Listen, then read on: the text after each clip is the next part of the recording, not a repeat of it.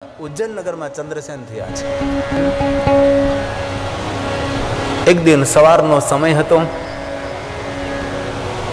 રાજા ચંદ્રસેન શિવાલયમાં બેઠા બેઠા ભગવાન શિવનું પૂજન કરતા હતા. ગામની એક ગોવાલણ જે મહાદેવની પરમ ભક્ત હતી, ગાયો ચરાવનારી, ગાયોનું પાલન કરનારી આ ગોવાલણ પોતાના નાનકડા દીકરા શ્રીકરને આંગળી પકડી અને સાથે મહાદેવનું દર્શન કરવા લઈ જાય છે.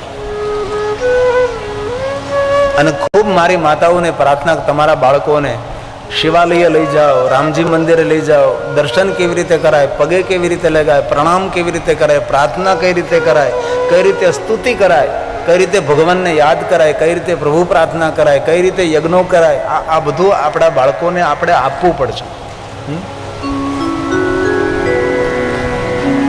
અવસર તો નહીં મળે આપણને, પણ ક્યારેક જો કે પ્રતિબંધ છે ત્યાં તમને જવાબ ન મળે. આપણા ભારત દેશની રહેલા મદ્રેસાઓની અંદર તેના બાળકોને કઈ રીતે ટ્રેનિંગ આપવામાં આવે છે. આપણને તો જો પ્રવેશ નિષેધ છે, પણ કઈ રીતે તેના બાળકોને ટ્રેનિંગ આપે છે એ આપણા સુધી પહોંચતું જ નથી ને. પણ દુઃખદ છે કેટલું ધર્મ જનૂન ભરવામાં આવે છે. રોજ ગોવાલણ પોતાના બાળક શ્રીકરને મહાકાલેશ્વર લઈ જાય છે. માં જેવી રીતે દર્શન કરી ત્યારે શ્રીકર નામનો ગોવાળ મહાદેવનું દર્શન કરે છે. માં જેવી રીતે પગે લાગેલી ત્યારે શ્રીકર મહાદેવને પ્રણામ કરે છે. માની આંગળી પકડીને ભગવાન મહાકાલેશ્વરને પરિક્રમા કરે છે, શિવાલયની પરિક્રમા કરે છે.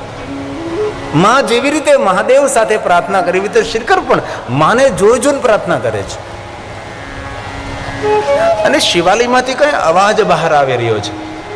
શ્રીકર નામના ગોવાળે પૂછ્યું કે માં, અંદરથી અવાજ કોનો આવે છે? અત્યારે ગોવાલણે કહ્યું કે બેટા શ્રીકર, આપણા નગરના રાજા છે ને ચંદ્રસેન, એ ભગવાન મહાકાલેશ્વરના પરમ ભક્ત છે.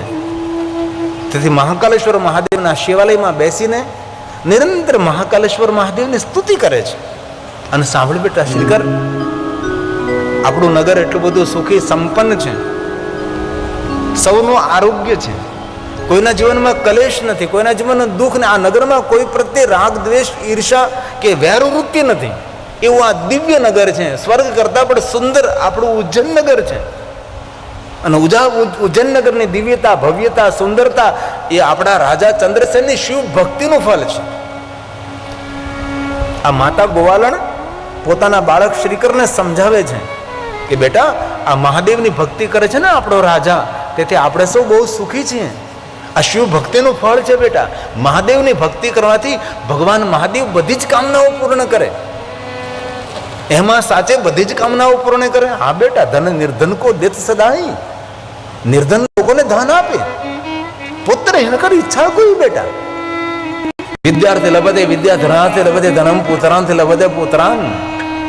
જેના મનમાં જે કામના હોય બધી જ કામનાઓ ભગવાન મહાકાલેશ્વર પૂર્ણ કરે. બેટા શ્રીકર સાંભળ, જો સાચા હૃદયથી મહાદેવની ભક્તિ કરીએ ને, ભગવાન મહાદેવ દર્શન પણ આપે છે. એમાં સાચે ભગવાન મહાદેવ દર્શન આપે તો ભગવાન મહાદેવ દર્શન આપે ત્યારે ભગવાન મહાદેવ કેવા હોય? ત્યારે આ માતા ગોવાલણ પોતાના પુત્ર શ્રીકરની આગળ મહાદેવના રૂપનું વર્ણન કરે છે. જટા, ભાલચંદ્ર, ત્રિનેત્ર, ગંગધારા, પન્નગ ભૂષણમ, સર્પોને ધારણ કરેલા, ત્રિશુલ અને ડમરુ, મૃગચર્મ, અંગ પર ભસ્માંગ, આવા ભગવાન મહાદેવ છે. આવા ભગવાન મહાદેવનું સુંદર રૂપ છે, પ્રસન્ન મુખમુદ્રા છે અને ઉદારતામાં શ્રેષ્ઠ છે. મહાદેવની પાસે કોઈ માગનાર બોલે બેટા શ્રીકર, ભગવાન શંકરજી જો સાચી ભક્તિ હોય તો ભગવાન મહાદેવ મળે બેટા, અને ભક્તો તેની સાથે મળે. હે બેટા, ખરેખર આ બેટા મળે. અને શ્રીકરને માની વાત દિલમાં સ્થિર થઈ ગઈ છે અને શ્રીકર નામનો ગોવાળ મહાદેવનો પરમ ભક્ત બને છે.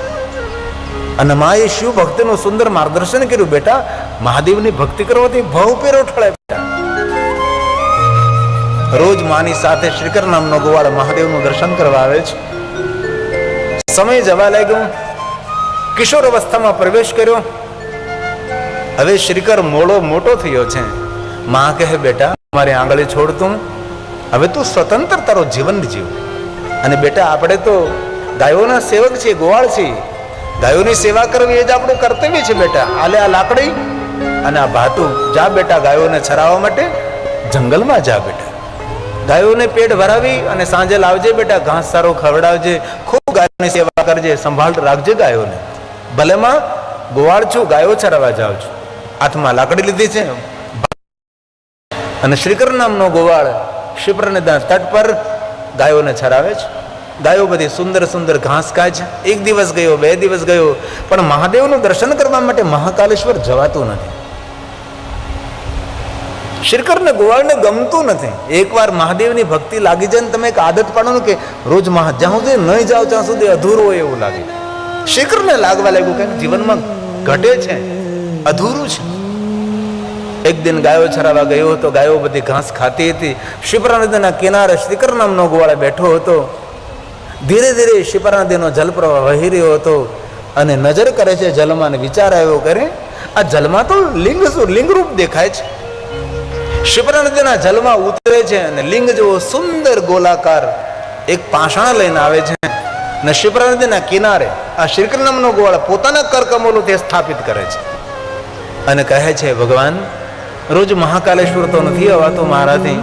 ગાયોને જવાબદારી છે, ગાયોને ઘાસ ચરવા, માએ ગાયોની સેવા કરવાનું કહ્યું છે. તેથી આ શિપ્રા નદીના કિનારે રોજ આવું છું, નદીના તટે. તું મારો મહાદેવ, હું તારો ભગત, હું તારો રોજ પૂજા કરીશ. શિપ્રા નદીનું જલ લઈ ભગવાન મહાદેવ અર્પણ કરે છે અને જંગલમાં ખીલેલા પુષ્પો મહાદેવને અર્પણ કરે છે અને પુષ્પોનો શણગાર કરે છે.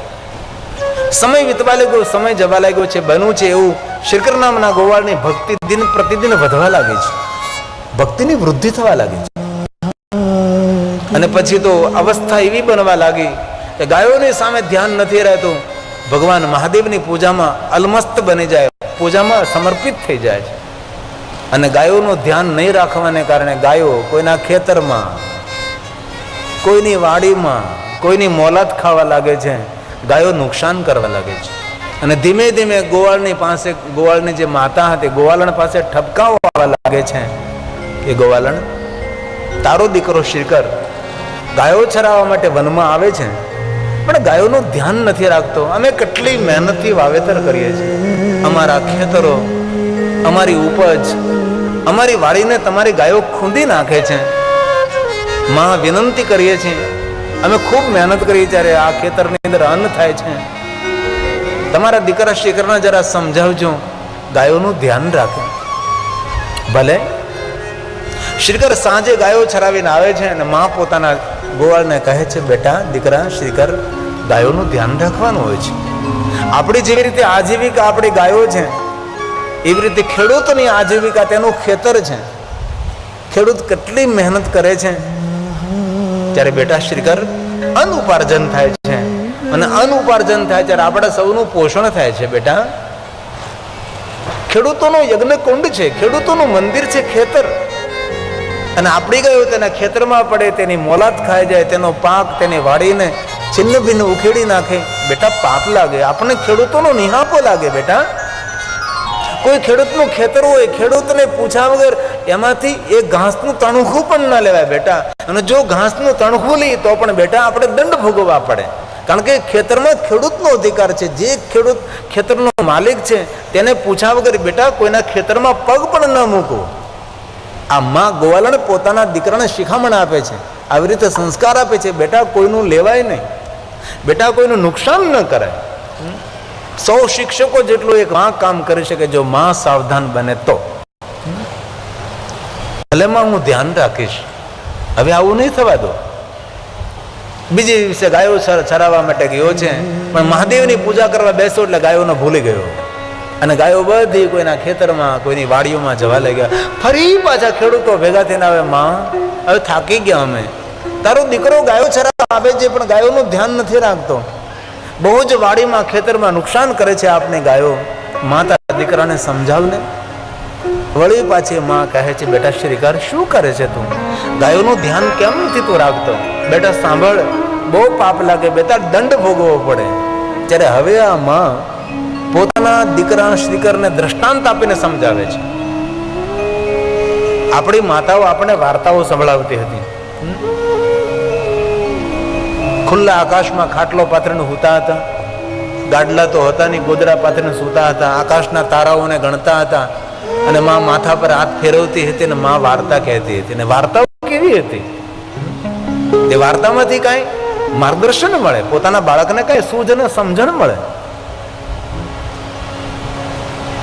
માતા ગોવાલાને કહે છે, બેટા શ્રીકર સાંભળ, જો કોઈના ખેતરની અંદર આપણે પગ મૂકી કોઈના ખેતરમાંથી કાંઈ લઈને કોઈના ખેતરને નુકસાન કરીએ બેટા, હું તને સરસ એક વાર્તા સંભળાવું છું. ગોવાલાને કહે છે, શ્રીકર એકવાર શિવ અને પાર્વતી નંદી પર સવાર થઈને વિચરણ કરવા નીકળ્યા.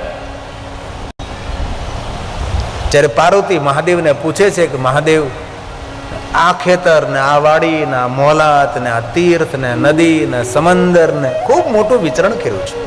એમાં એવું થયું શ્રીકર કે ભગવાન શિવ અને પાર્વતી નંદી પર બેસીને જતા હતા અને કોઈ ખેડૂતનું એક ખેતર આવ્યું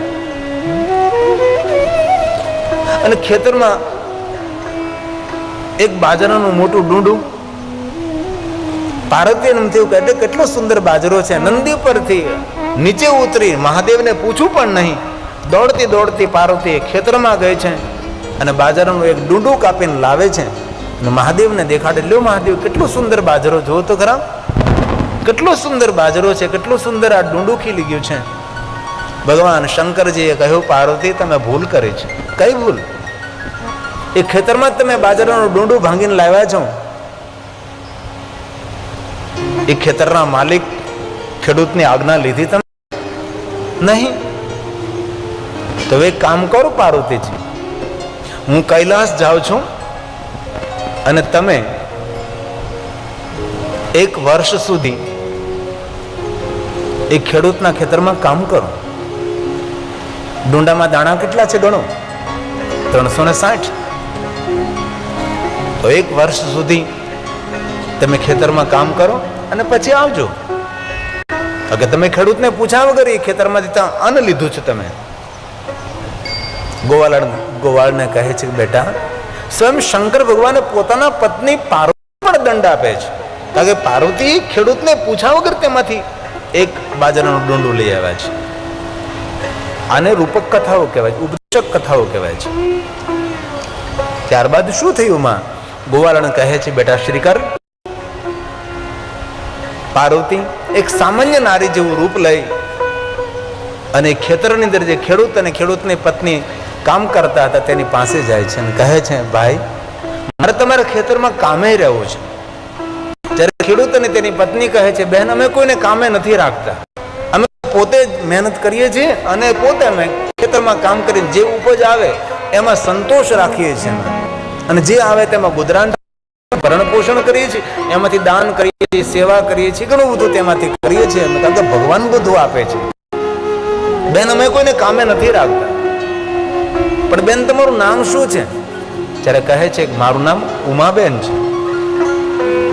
પણ મને મજૂરી નથી જોતી, મને કઈ તેના બધા વળતર નથી જોતું, મને તો પેટવડીએ કામે રહેવું છે. મને રહેવાની વ્યવસ્થા અને ભોજનની વ્યવસ્થા કરજો, હું અહીંયા રહીશ અને તમારા ખેતરમાં કામ કરીશ. ખેડૂત પોતાની પત્નીની સામે જોવે છે અને પત્ની આંખના ઈશારે કહે છે કે મજદૂરી દેવાની નથી અને આમનામ રહેવું છે તો ભલે રે. ખેડૂત કહે છે કે ખરેખર તો જોવામાં તો કોઈ સારા ઘરના બહેન લાગે છે, પણ ખેડૂતને ખબર નથી સારા ઘરના નથી, શિવજીના ઘરના છે. પણ ખેડૂતને શું ખબર કે આ કોણ છે?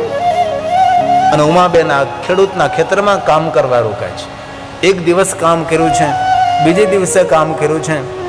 ખેડૂતની પત્ની કહે છે, આ બહેન તો બહુ સજ્જન અને સારા માણસ છે. ખબર નથી ખેડૂતને ખેડૂતની પત્નીને કે સાક્ષાત ભવાની માતા પાર્વતી છે, એ ભૂલ કરી છે તેનું વળતર આપવા માટે આવે છે.